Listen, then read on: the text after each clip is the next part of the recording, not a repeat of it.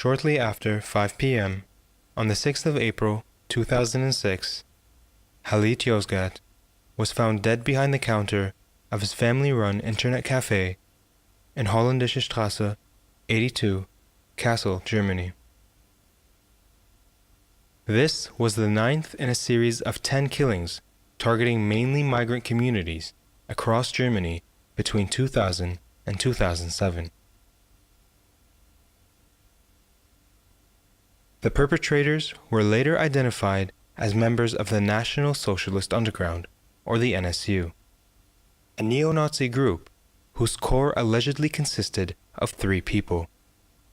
The only surviving member of those 3, Beate Zschäpe, currently faces a criminal trial in Munich. During the police investigation into the Kassel murder, it emerged that an intelligence agent of the state of Hesse named Andreas Temme was present at the shop around the time of the murder. He did not disclose this fact to the police, but was later identified from his internet records. In 2015, many of the police records documenting this investigation were leaked. Police reports, witness testimonies, computer and phone logs, and site photographs were made public. Amongst these files was a crucial piece of evidence, a police video showing Andreas Temme's reenactment of his visit to the shop. He sought to demonstrate how he had missed seeing the body of Halit as he exited the shop. Forensic architecture was commissioned by the People's Tribunal, a civil society initiative working with the families of the victims to investigate the validity of Temme's testimony. What time did the murder happen? Where was Temme at that time? Could he not have witnessed the incident? Could Temme's testimony and reenactment be truthful? If not, larger questions could be asked. Working from leaked photographs of the crime scene, we constructed a digital model of the internet cafe.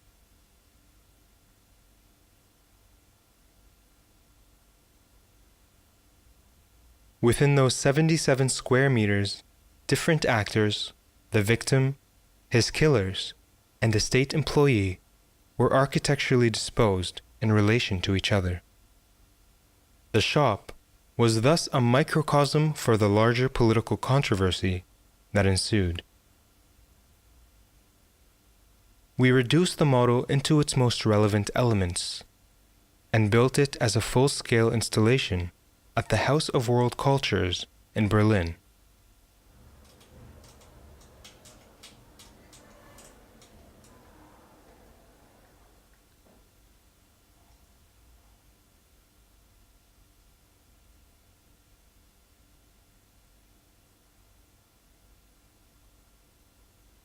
We then undertook a series of experiments within both the physical and the digital models.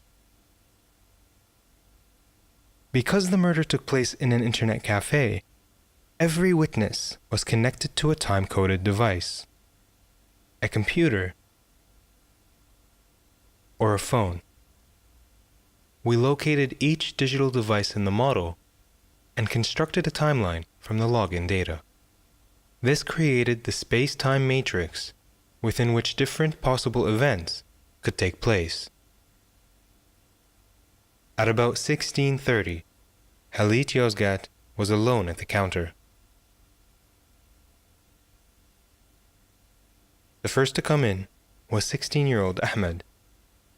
He saw Halit at the counter, paid him for half an hour internet access, and went to the back room where the computers were located.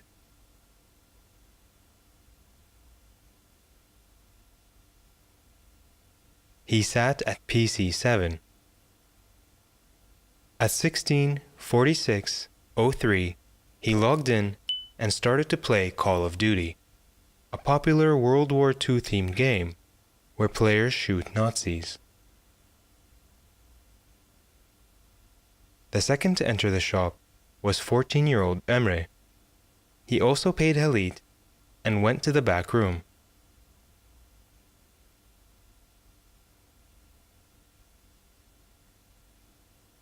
Emre sat at PC3. At 16:48:58, he logged in. He had also come to the cafe to play Call of Duty. The third person to walk in was Hadiya and her 3-year-old daughter.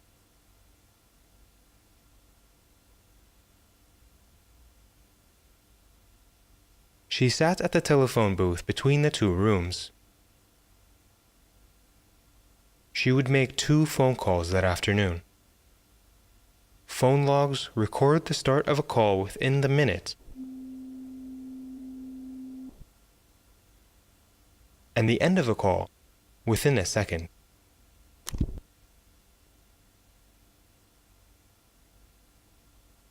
The last person to go to the back room and log into a computer was intelligence agent Andreas Temme. He said that he parked his car directly in front of the internet cafe. He then entered, saw Halit at the counter, and went directly to the back room. He sat at PC2. At 16:50:56, he logged into the dating site ilove.de. His username, Wildman70, was what later revealed his presence in the internet cafe. He logged out at 17:01:40 and took 1 minute and 7 seconds to exit the shop, according to his reenactment. The last person to enter the shop was Faiz. He was the last person to speak to Halit. He was also the only person to have been in the room when the killing took place.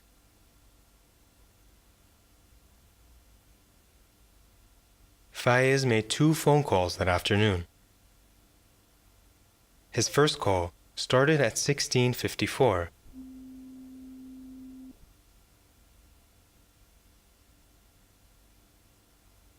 And his second finished at 17:03:26.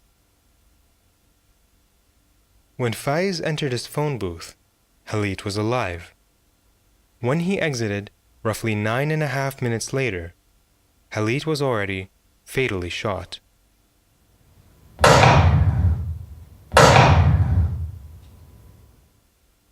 All witnesses present at the shop heard these distinct sounds. Temme was the only one to have told the police that he didn't perceive any exceptional noises. Where was Andreas Temme when the shots were fired? His position in space might suggest his level of culpability. There are 3 possibilities.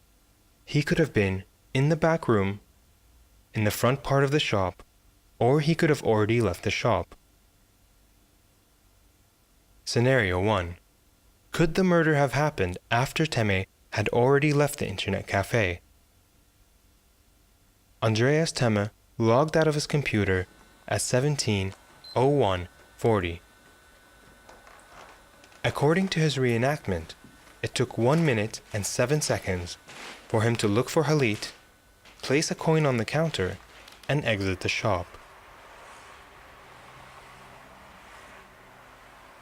This leaves 39 seconds from the time Temme entered his car to when Faiz finished his call and left his booth. Is it possible that the murder happened within these 39 seconds? We measured if 39 seconds is long enough for the necessary sequence of actions to take place. We reenacted the following sequence.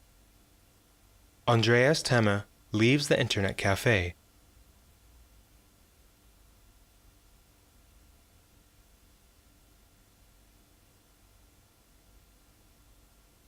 And enters his car just missing Halit.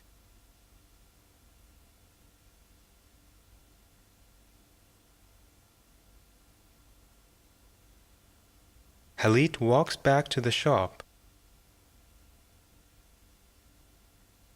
He sits at the counter.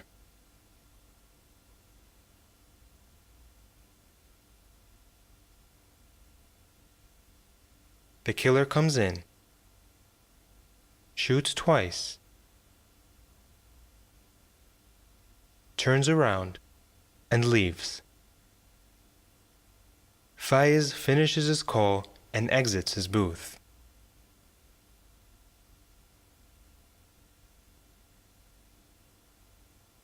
We combine these actions in a highly coordinated and controlled experiment in which each action immediately and seamlessly followed the other.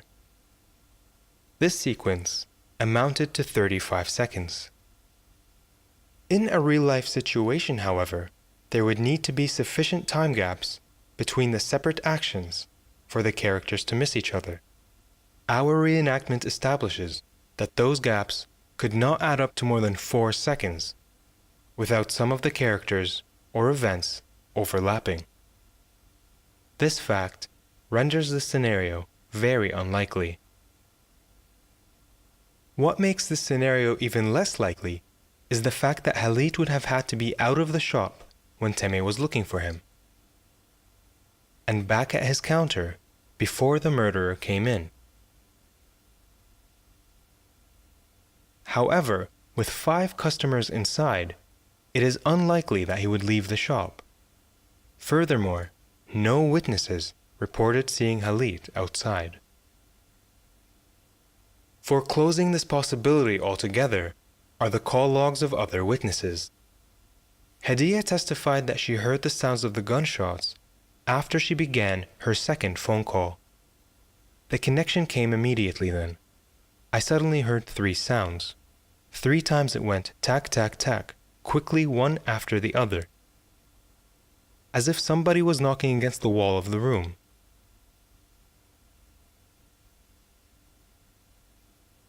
Faiz testified, "Around the time of the first call, I heard something like a balloon exploding.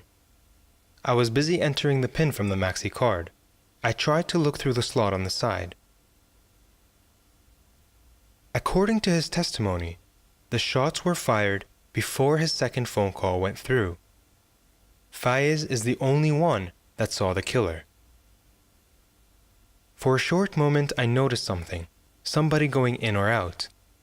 I think the person went out. His face I couldn't see. He was looking towards the table. He was in a hurry." These testimonies reduce the possible time of the murder to between 17:01:00, the earliest Hadiya could have started her second call, and 17:02:00, the latest Faiz could have started his.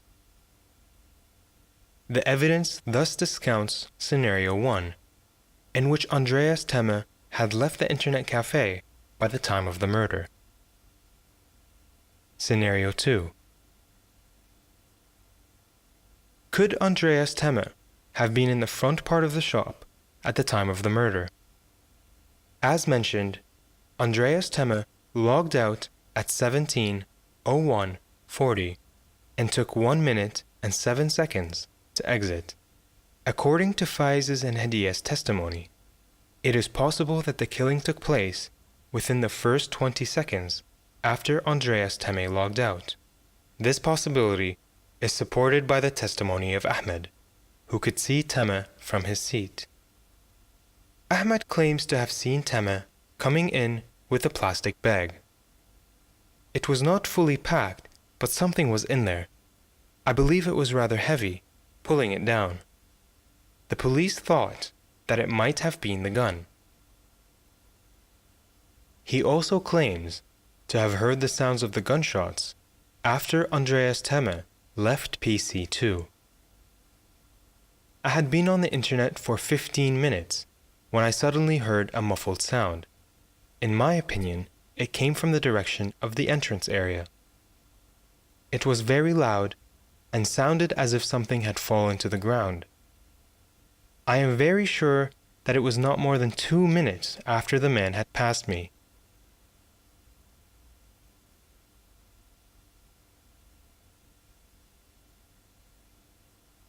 If the murder happened within the 20 seconds after Temme logged out, he would have still been in the shop according to his reenactment, and possibly colluded with the murderer.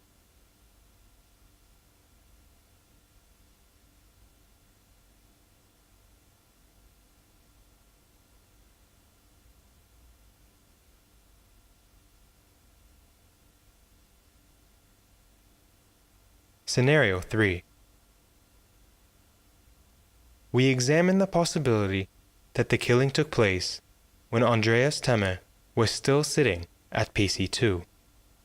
This scenario agrees with witness testimonies and is endorsed by the court in Munich. However, Temme said that he didn't hear the shots, that he didn't smell any gunpowder, and that he didn't see Halit's body behind the counter when he left. To check these claims, we undertook 3 sensory tests. To test whether Temme could have heard the gunshots from his position at PC2, we contracted weapons experts in Arizona to fire and record the sound of a Czeska 83, the murder weapon, using the same ammunition. The experts recorded a series of gunshots. This is the CZ no suppressor.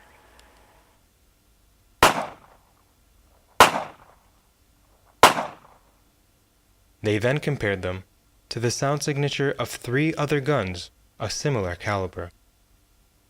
The weapons all generated equivalent peak sound signatures, ranging from 157 to 158.5 decibels. Out of those guns of the same caliber, the Colt 32 was threaded with different sound suppressors to simulate the suppressor used in the crime. This is the Colt 32 with a wet suppressor.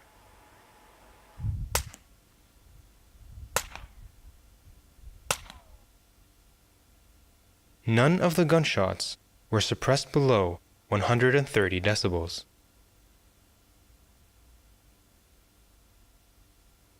In Berlin, we placed a loudspeaker at the position of the killer. Together with acoustic experts, we played the recorded gunshots in the physical model and tested whether Temme could have been able to hear the shots from his position at PC2. Measurement 1, high-level gunshot. Start now. Measurement end. Measurement 2, gunshot. Start now. Measurement end. The sound at PC2 was clearly audible. We then simulated the gunshot within our digital model.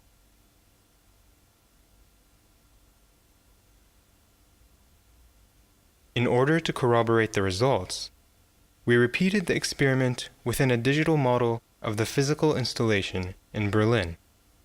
The data from both the physical and the digital tests confirmed that the sound level at Andreas Temme's position at PC2 was between 94.3 to 99.3 decibels at maximum level.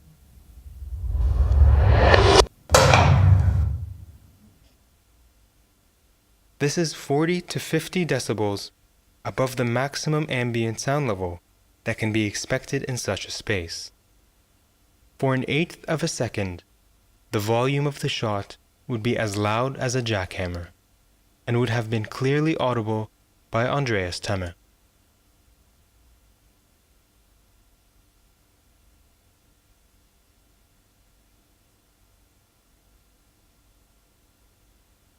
When leaving the internet cafe, a few seconds after the killing, Andreas Temme would have passed through a cloud of residual smell from spent gunpowder.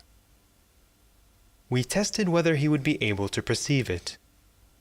We simulated the volume of gases produced by the CZ-83 gunshots.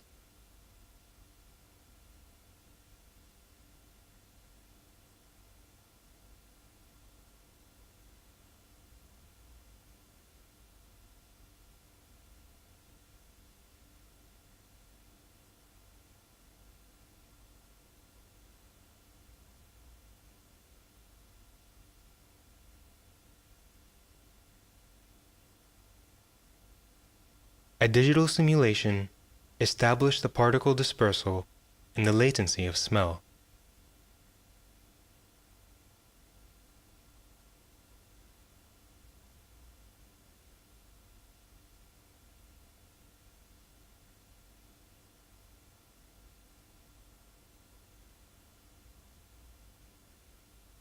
Whether Temme would have been able to smell the residual gunpowder depends on the chemical composition of the powder, on the concentration of particles within this cloud, and whether the gun was fired openly or through a plastic bag.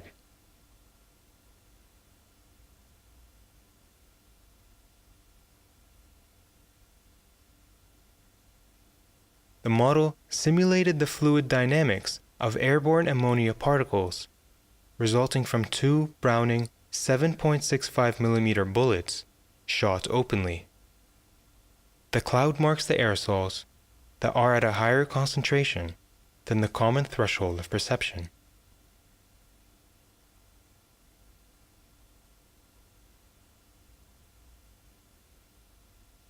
This simulation suggests that if the shots were fired 20 seconds or less before Temme logged out, he would have been able to smell the ammonia as he moved through the front room.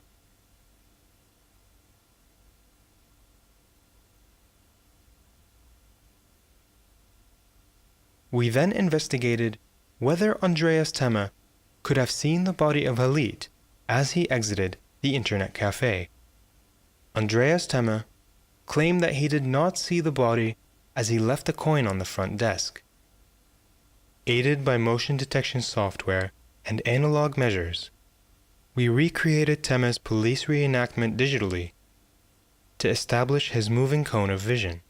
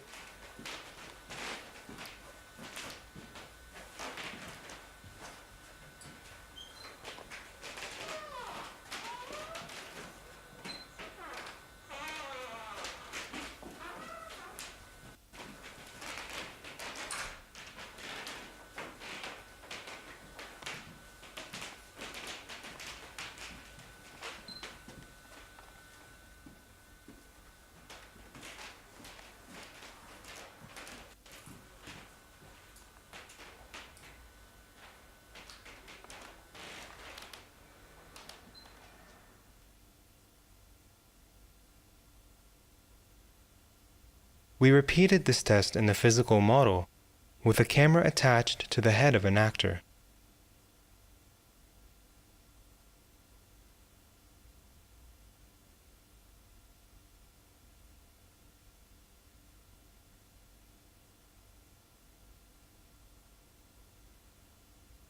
Witness testimony places the body in this position. We also tested for other positions in which Halit could have fallen. All body positions would have been visible to Andreas Temme as he bent over the counter.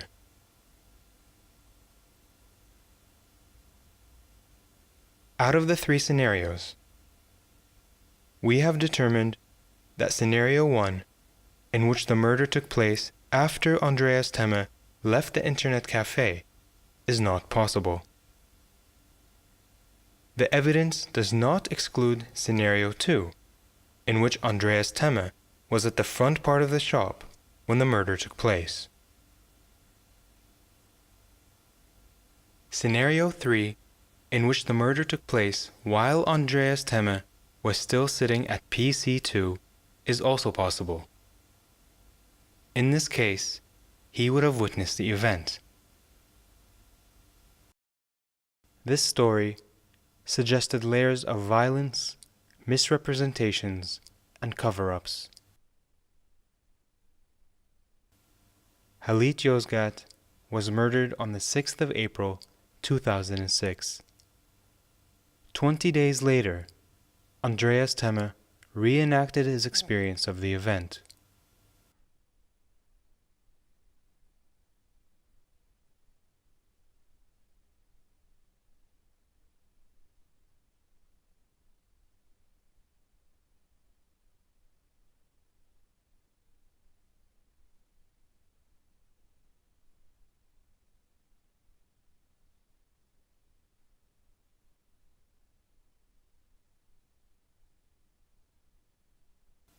we reenacted Temme's reenactment to discover it was yet another act of violence, potentially a crime in its own right. Halit's father, Halit Yozgat, repeatedly asked the court to no avail to visit the shop. If you conducted an inspection of the shop, you would be better able to see for a fact that Temme is making up stories. There are two possibilities. Either Mr. Temme himself killed my son, or he noticed whoever it was who killed him. But the state no longer considers Temme a suspect. This, together with the reluctance to unravel the NSU-Komplex, amounts to the continuation of violence by other means.